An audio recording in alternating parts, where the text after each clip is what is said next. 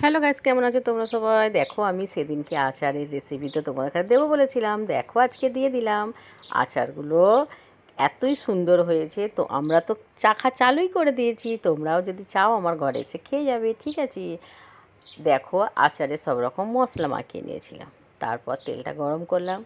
তেলটা কতটা গরম হতে হবে সেটা একটু দেখার মতো, এটা টিপস। আচ্ছা, তার মধ্যে মশলা দিয়ে দিলাম মেথি গুঁড়ানো আর সর্ষে গুঁড়ানো। বাজারেও অ্যাভেলেবেল সবসময় পাওয়া যায়। এবার দেখো তেলটা কতটা গরম থাকতে হবে। তারপর তেলটা দেওয়ার পর তোমরা আচারটা নাড়তে থাকবে।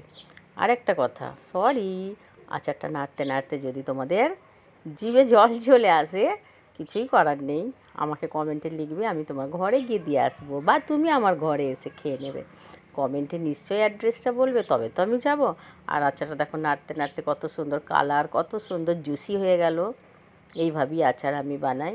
বছরের আচার একবারই বানিয়ে নিই, আর এই আচারটা রুটি দিয়ে, পরোটা দিয়ে আর ভাত দিয়ে অপূর্ব লাগে, খুবই ভালো লাগে। এরপর আমি একটা দেবো গুজরাটি আচার, মানে কেরি আর গুন্দার আচার। তোমরা রেসিপি দেখতে থাকো, বাই।